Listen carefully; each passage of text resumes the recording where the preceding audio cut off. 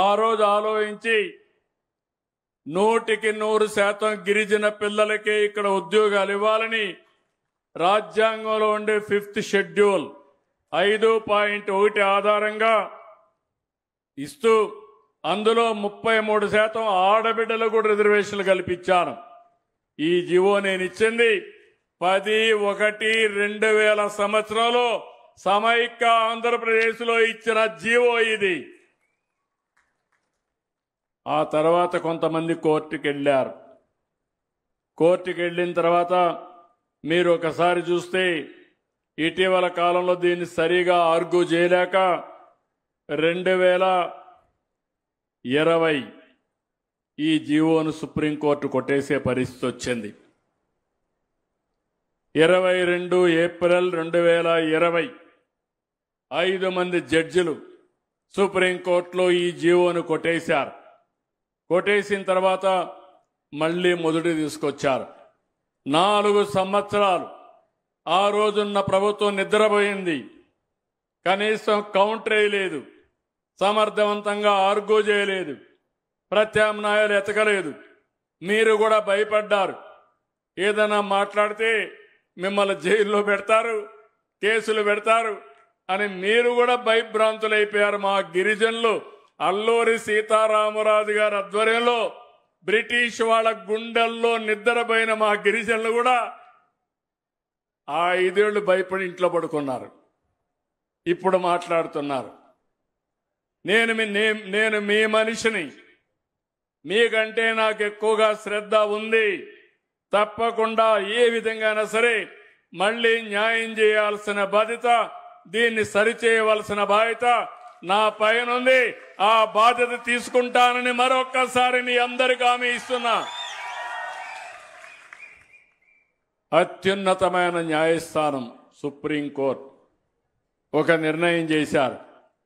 అయితే మన వాళ్ళు కొంతమంది మొన్నే నేను అడిగితే ఇలాంటి సందర్భాల్లో ఎక్కడ ఏం జరిగాయని ఆలోచిస్తే 2-3 సందర్భాలు జరిగాయి.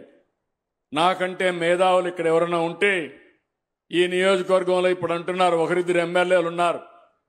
7 గిరిజన ప్రాంతంలో ఎమ్మెల్యేలు 5 మందిని తెలుగుదేశం పార్టీని గెలిపించిన బాధ్యత మీ అందరిది. తెలుగుదేశం జనసేనని గెలిపించారు, ఎన్డీఏని గెలిపించారు, కానీ ఇక్కడ మాత్రం గెలిపించలా. ఇంకోది ఇక్కడ అరకులో గెలిపించలే. ఎక్కడైతే నేను అభివృద్ధి చేశానో, ఎక్కడైతే అభివృద్ధి అంతా కూడా నేను ఇక్కడ శ్రద్ధ పెట్టానో ఇక్కడ మాత్రం గెలిపించలా. కారణం నాకు తెలియదు. కానీ వాళ్ళు అంటున్నారు ఇప్పుడు వచ్చి నన్నేదో ప్రశ్నిస్తారంట. నన్ను కాదు మీరు ప్రశ్నించేది, మిమ్మల్ని నేను ప్రశ్నిస్తున్నా. సమాధానం చెప్పమంటున్నా. గిరిజన ప్రాంతంలో ఉద్యోగాలు ఇచ్చిన వ్యక్తి 1/5/11/86లో నందమూరి తారక రామారావు గారు. అవునా కాదా తమ్ముళ్ళు అని మిమ్మల్ని అడుగుతున్నా. అది కొన్ని సవాళ్లు ఎదుర్కొంటే రాజ్యాంగబద్ధంగా ఇవ్వచ్చని మళ్ళీ నేను ముఖ్యమంత్రి అయిన వెంటనే దానికి మళ్ళీ నేనే ఒక జీవో ఇచ్చాను, జీవో నెంబర్ 3. అది కూడా డేట్ కూడా చెప్పాను చాలా స్పష్టంగా.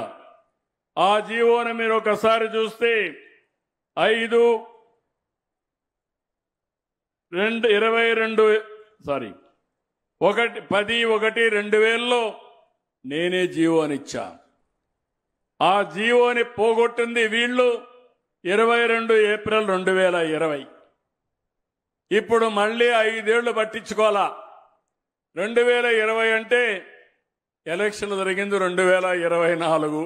అవునా కాదా? ఎవరి తప్పని నేను అడుగుతున్నా. ఎవరి తప్పు? వైసీపీ తప్పై చేతులపై ఎగెత్తండి.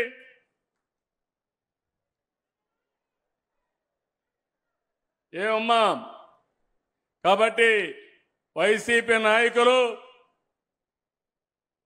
ఈ పాడేరుకొచ్చి నేల మీద మీ ముక్కును గీసుకుంటే అప్పుడు బుద్ధి వస్తుంది మీకు. మీ నాయకుడిని అడగండి, ఎందుకు చేయలేకపోయి అడగండి. అడిగేది చేత కాకపోతే మీరైనా క్వశ్చన్ చేయాల్సి వచ్చింది. మీరు అది కూడా చేయకుండా ఇప్పుడు నన్ను అడగడానికి మీకు ఎలాంటి అర్హత లేదు. కానీ ఒకటే చెప్తున్నా, ఈ గిరిజన ప్రాంతం నా సొంతం, ఈ గిరిజనులు నా వాళ్ళు, ఈ గిరిజనులకు అన్యాయం జరగడానికి వీలు లేదు. మీతో నేనుంటా. వాళ్ళు అనుకుంటున్నారు బాబాయిని చంపి వేరే వాళ్ళపైన నేరం వేసినట్టు తప్పు చేసి నా మీద నేరం వేయాలనుకుంటున్నారు. నేను చాలా మొండి. ఇలాంటి వాళ్ళని మాత్రం వదిలిపెట్టిన. ఒకసారి చూస్తే నన్నే ఏమార్చారు. నేనే సీఎం. నిద్రలేశా.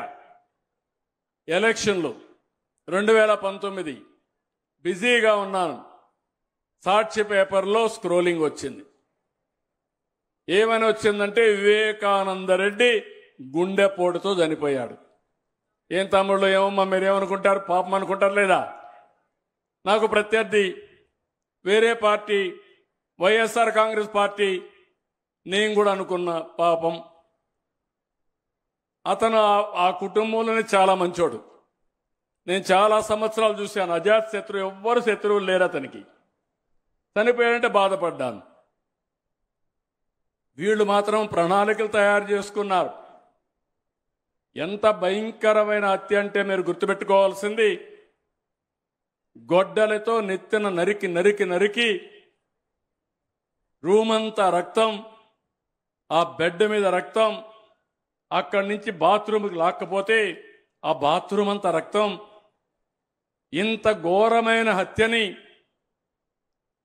ఏదో గుండెపోటని చిత్రీకరించి బాడీ ముక్కలైపోతే మెదడంతా దాన్నంతా మళ్ళా కూర్పు చేసి, అది కూడా ఎవరు చేశారు? వీళ్ళ మామ హాస్పిటల్, పిల్లనిచ్చిన మామ, భారతి గారి మామే, తండ్రి. ఆ హాస్పిటల్ నుంచి మనుషులు తెచ్చి కుట్టి ఒక బాక్స్లో పెట్టి అంత్యక్రియలు చేయాలనుకుంటే ఆయన కూతురికి ఎందుకో డౌట్ వచ్చింది. భగవంతుడు ఏమన్నా ఒక ఆలోచన చెప్పాడేమో. యామారావు తల్లి నన్ను చంపింది ఆత్మహత్య కాదు, గుండెపోటు కాదు, నన్ను చంపేశారంటే అప్పుడు ఆ అమ్మాయి అడిగింది కూతురుగా. ఏమడిగిందంటే పోస్ట్ మార్టం చేయమని. అప్పుడు పోస్ట్ మార్టం చేయమంటే నేను కూడా చెప్పాను పోస్ట్ మార్టం చేయమన్నాను. అప్పుడు వాస్తవం బయట వచ్చింది. తల మీద గొడ్డలతో నరికారు, భయంకరంగా నరికారు, మెదడు బయట వచ్చిందని ఎప్పుడు రిపోర్ట్ వచ్చింది. ఇమ్మీడియట్గా మాట మార్చేసి ప్రత్యర్థులు ఆయన చంపారని ఆ అమ్మాయిని కూడా కన్ఫ్యూజ్ చేస్తే ఆవిడ కూడా నమ్మింది, ఏదో అన్న చెప్తున్నాడని నమ్మి ఆవిడ కూడా నిజం అనుకున్నది. నిన్న చెప్తా ఉంది ఆవిడ. ఏం చెప్పిందో మీరు విన్నారు. ఇది చంపింది ఆదినారాయణ రెడ్డి, బీటెక్ రవి, సతీష్ రెడ్డి చంపారని రాసి పేర్లు రాసిచ్చి ఆవిడ కూడా సంతకం పెట్టమంటే నేను సంతకం పెట్టననింది. తర్వాత ఇద్దరు కూడా కోర్టుకు వెళ్ళారు సిబిఐ కావాలని. రెండవ రోజున నిద్రలేసి నారాసుర రక్త చరిత్రని సాక్షి పేపర్లో వేసి నా చేతిలో కత్తి పెట్టి శవం అక్కడ పెట్టారు. ఏమమ్మా మీరందరూ ఒప్పుకుంటారా? ఏం తమ్ముళ్ళు మీరు ఒప్పుకుంటారా అని అడుగుతున్నా. ఏమమ్మా మీరు ఒప్పుకుంటారా నేను అడుగుతున్నా. నన్ను 40 ఏళ్ళు మీరు చూశారా లేదా అని అడుగుతున్నా. 78లో ఎమ్మెల్యే అయ్యా, ఆంధ్రప్రదేశ్కి ముఖ్యమంత్రిగా 95లో అయ్యా. 9.5 సంవత్సరాలు ఎవ్వరికి రాని అవకాశం, దగ్గర 10 ఏళ్ళు ముఖ్యమంత్రిగా పనిచేశాను. హైదరాబాద్ లాంటి నగరాన్ని నిర్మాణానికి దోహదం చేశా. అక్కడి నుంచి మీరు చూస్తే మళ్ళీ రెండోసారి ముఖ్యమంత్రి ఇక్కడ. 15 సంవత్సరాల ప్రతిపక్ష నాయకుడిని. ఎప్పుడైనా నేను హత్య చేశానని ఎప్పుడన్నా విన్నారా అని మిమ్మల్ని అడుగుతున్నా.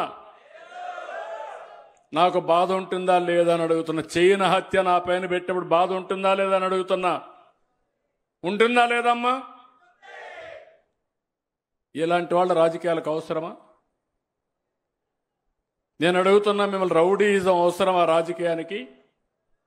సేవాభావం కావాలి. అబద్ధాలు చెప్పడం అవసరమా రాజకీయాల్లో? చేత కాకపోతే చేత కాదని చెప్పాలి.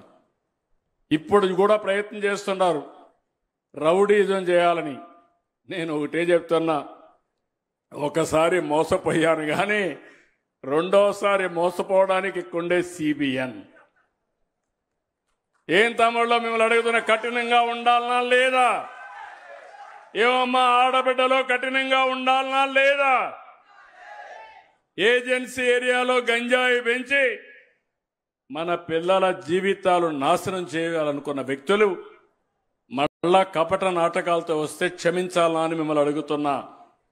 అందుకే మీకోసం గట్టిగా ఉంటా, స్టబన్గా ఉంటా. నేరస్తులు రాజకీయ ముసుగులో ఉంటే ముసుగు తీసి వీళ్ళని ఎక్కడ పెట్టాలనో అక్కడ పెట్టే బాధ్యత, మీకు రక్షణ ఇచ్చే బాధ్యత నాదని నా ప్రజలందరికీ విజ్ఞప్తి చేస్తున్నా.